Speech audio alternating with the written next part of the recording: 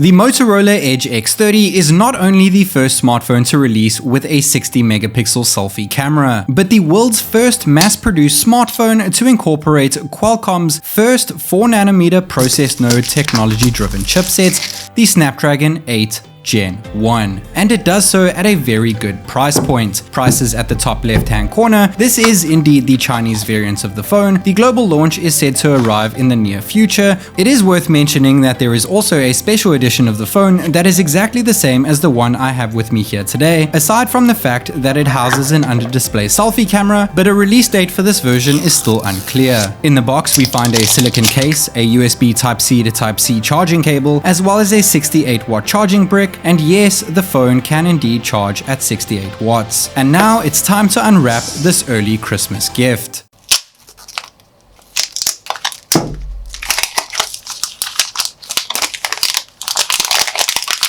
The Edge X30 comes in two main colors, that being shadow blue or snow white. I have the shadow blue color with me today, and I think it looks absolutely phenomenal thanks to its matte back finish, really highlighting the shadow blue color. Also fairly like that bubble pill-shaped camera bump on the back, which looks pretty fantastic. Slapping on that silicon case that comes included in the box, it looks alright. It's good enough for day one, I guess you could say. Keeps it nice and protected, but I do suggest switching up to a different case in the future if you do decide to pick up an Edge X30 for yourself. It looks absolutely fantastic at the back, but what about all the hardware that sits underneath? We have a 5000 milliamp hour battery, which is not a dual cell battery. It can be juiced up from 0 to 100% in 35 minutes thanks to that 68 watt wired charging. There is unfortunately no wireless charging. Of course, we have that wonderful 4nm Snapdragon 8 Gen 1 chipset, and within it the integrated Adreno 730 GPU, but we'll touch more on that later. Setting aside that is the LPDDR5 RAM modules and UFS 3.1 storage. And of course, we'll also treat it to the new X65 5G modem, which sits inside the new Snapdragon chipset. The front and back of the device are coated with Gorilla Glass 5, and yes, we do apparently have aluminum frames, though they do seem fairly plastic to me. The device is sitting at 8.49 millimeters in thickness and 194 grams in weight. Within that cute little camera bubble sits a beastly 50 megapixel ISOCELL GN5 ultra wide sensor, as well as a 50 megapixel OmniVision OV50A main sensor, and the third lens is a 2 megapixel depth sensor. It's also worth mentioning that the Snapdragon 8 Gen 1 chipset also aids in the camera department by increasing the image signal processor's ability to read data 4000% faster than last generation, which intake allows for 8K HDR plus video recording, 4K cinematic or portrait video recording as well, and something called Mega Night Mode, which offers up to 5 times improvement in nighttime photography, all of which I have not seen available in Moto's new flagship. The ultra-wide camera at native 50 megapixels looks okay. Bin down looks a tad better at 12.5 megapixels.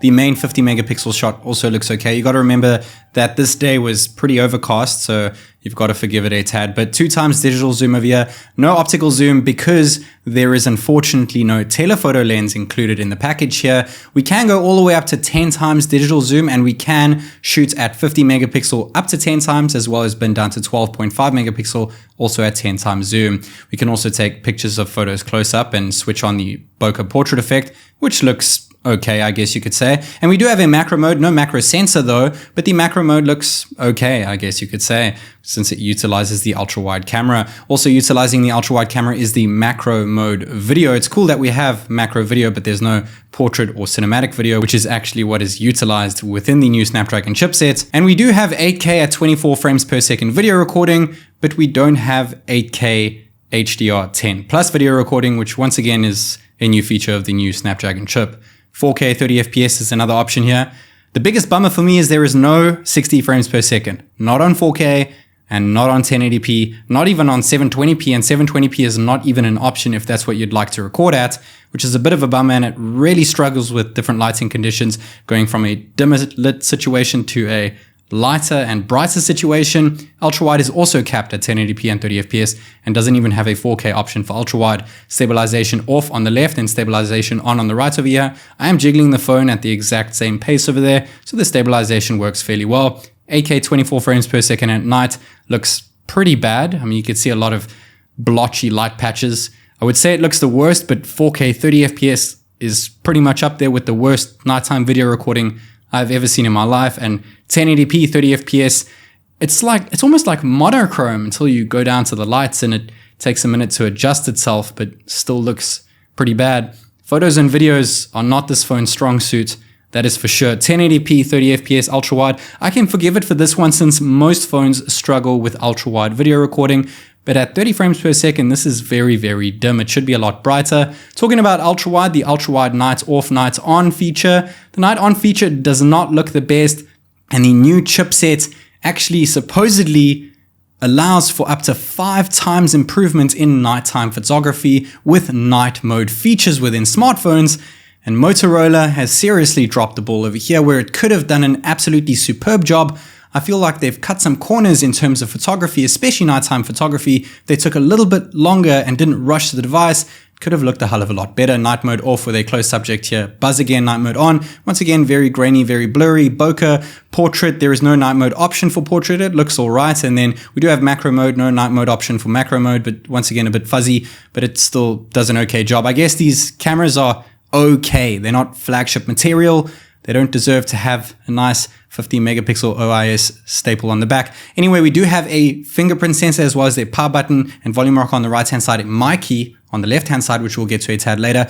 Dual SIM 5G, standby, no expandable storage, and we do have a water resistant seal, which is a plus. USB 3.1 Type-C port, the first dual speaker at the bottom, which sports Dolby Atmos, and the second one is found within the earpiece. And now we have the 60 megapixel selfie camera. The special edition is exactly the same as this phone, except that 60 megapixel selfie camera is actually hidden underneath the display. Taking a look at the 60 megapixel selfie, you guys let me know what you think in the comments. I'm not going to give my opinion here. 15 megapixel, you can bin it down and it looks okay. Hey, what's up guys? This is Technic recording a 4K, I'm assuming 30 FPS selfie video because there's no options for 30 or 60 on this phone, on the brand new Motorola Edge X30. Let me know what you guys think of the selfie video as well as the selfie audio recording when recording a selfie video on the new Moto Edge X30. And for those interested parties out there who'd like to see 1080p selfie video recording, here it is. It seems to zoom out a little bit more when compared to the 4K video aspect. I'm assuming this is also sitting at 30 frames per second. On the plus side, we do have 4K selfie video recording, be it at 30 FPS that is, but it's still there. And unfortunately, we don't have 60 FPS 1080p recording, which is something that we're going to be expecting within 2022. 15 megapixel selfie at night with no night mode since there's no option looks okay. Flash on looks okay, and bokeh portrait also no night mode option. It looks decent, I guess you could say. The selfie camera is once again a bit of a mixed bag if you ask me. And moving on to better things, which is actually powering on the device. Hello Moto. Okay, moving on from that. No always on display. We have something called a peak display, and while there is a side fingerprint sensor, it is extremely hard to reach. It's nice and snappy, but it would have been a lot better at the center of the phone since this is quite a tall, long and big and bulky phone. Well, not too bulky. It's pretty skinny, actually, if you ask me, but it's too high up. They should have addressed this issue before releasing the phone. And we do have 2D facial recognition over here, though there is no double tap feature for it to work. And within the new Qualcomm 8 Gen 1 chipset, there's actually a feature that can always keep your selfie camera looking at you, meaning that you could unlock your phone using Face ID without even touching the device. And they've completely disregarded this. On the front, we do have a 6.7-inch OLED 20:9 aspect ratio flat dot display. Of course, the special edition does have that selfie cam underneath the display. It is Full HD Plus with a PPI of 393. There is 1 billion colors over here, 700 nits of max brightness, 144 Hz screen refresh rates, and 576 Hz touch sampling rates. The colors are pretty snazzy. I mean, it is a Motorola Edge, so you would expect there to be curves on it since that's what the first Motorola Edge was all about. Nevertheless, it's a flat display, minimal bezels trying to max out screen to body ratio, which is a bit of a plus. And of course, adaptive 144 Hz, though you can't switch from 144 to 120 to 90 to 60. You have two options, 60 Hz or 144 Hz. And trust me, 144 Hz is going to be eating up your battery life, but this is a 4 nanometer run device thanks to the Snapdragon 8 Gen 1 chipset, so it surely should be pretty decent in terms of efficiency when it comes to battery. We'll check that out later. Other than the adaptive refresh rate, being at 144 and switching to 60, we do have a couple other display options, that being brightness, flicker prevention, which is always a bonus, night lights for those who like to read at night, as well as very basic color options, and of course dark theme as well. Very basic options once again, and since this is very much stock Android, we'll get to that in a sec. Dark mode looks pretty decent. It affects your wallpaper and all the widgets and all that jazz, which is nice and neat. And flicking over to light mode again, which is the setting that I prefer, getting to the software, which is actually MYUI 3.0. Honestly, guys, this is 95% stock Android 12. This feels and looks exactly like my Pixel 6 Pro, which is not a bad thing at all since I am absolutely in love with stock Android. There are a few gripes here and there, but overall it looks visually pleasing and all the Google goodies are in there, including Google Assistant.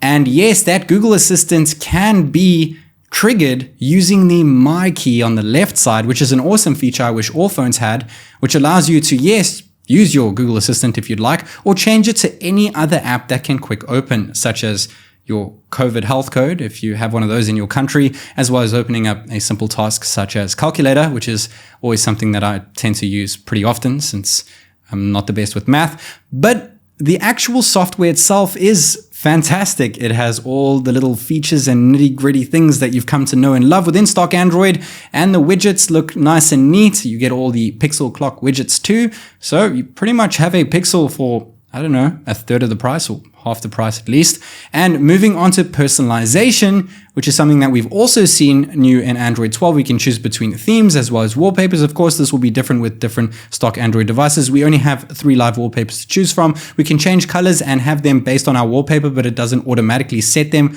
when you choose a new wallpaper. You can change your font style as well as your icon shape, which is pretty neat, and your sound effects for different notifications, as well as your screen size, what you can see on it, as well as transition from when it gets light to dark in the day, your phone will get light and dark as well. Personalize your device. It seems pretty cool. You do have some Moto features over here, such as its clock widget, which does a pretty decent job, as well as slice your device in order to create a multitasking layer, and you can switch between apps just like you usually do with your gestures, which is pretty cool. Another little Moto added feature, and switch between apps at the bottom, just holding down on the gesture bar, sliding left to right, which is great. And of course, we have device shield, which is very Motorola-y, I guess you could say. Performance mode, we do have RAM boost over here, though the 3 gigs additional that you can add onto it uses the ROM and not the RAM, so that 3 additional gigs is mainly for holding apps in the background, not necessarily for speed. We also have overcharge protection in order to obviously protect your phone from being abused from your charger, as well as optimized charging so that it only trickles through the last 20% just before you wake up. And we do have AI health, which can use your face with that neat 60 megapixel selfie camera to test out your heart rate as well as your blood oxygen levels, which is a cool feature. I'm not sure I'd use it very often since I have a smartwatch. The haptics are pretty decent, but not the best of the best that I've seen around. And we do have Dolby Atmos, which is integrated within the dual stereo speaker setup. So how does it sound when compared to the Mix 4 and S21 Ultra?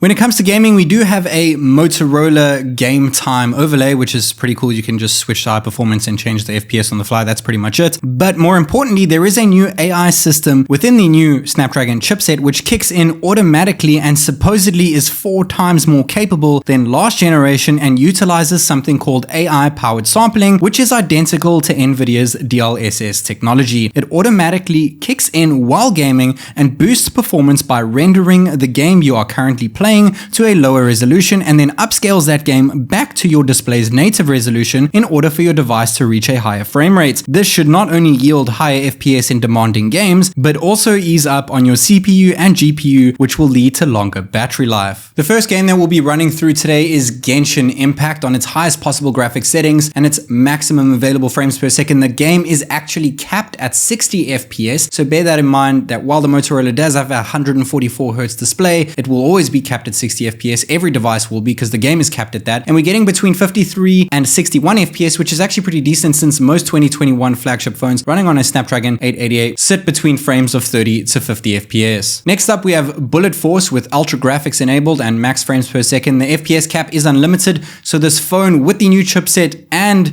the new AI super sampling technology should not have any issues hitting 144Hz, but it is ranging between 120 and 128 FPS. Same thing can be said for Real Racing 3 with an unlimited FPS cap ranging between 125 and 127 frames per second. Now, those gaming results that we just saw are not because of Qualcomm's new chipset. Well, we can't really figure that out just yet, but I'm pretty sure it has to do with Motorola rushing this device to get it out, as well as poor optimization, since the CPU has actually improved by 20% in terms of performance and 30% in terms of power efficiency, and the integrated GPU has bumped up by 30% more in terms of graphics rendering and 25% more in power efficiency. And now finally, for what we've all been waiting for, the benchmark results of this new chipset found within Motorola's latest Edge X30. Of course, we are checking out the temperature at the start of the test as well as the battery percentage. We'll compare this at the end to get the milliamp hour per minute result, as well as the degrees in Celsius increased.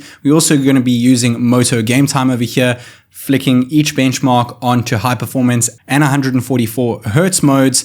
First, we ran through AnTuTu version 9.2.5, then Geekbench version 5.4.3, and now lastly, we're jumping through 3D Mark Wildlife 2.2.4792 and getting to the final battery drain results. The device drained by 10%, getting a crazy milliamp hour per minute drain of 31.25, and the temperature gain was even worse. It actually doubled. It went from 27.5 to 55 degrees in Celsius, adding 27.5 degrees in Celsius.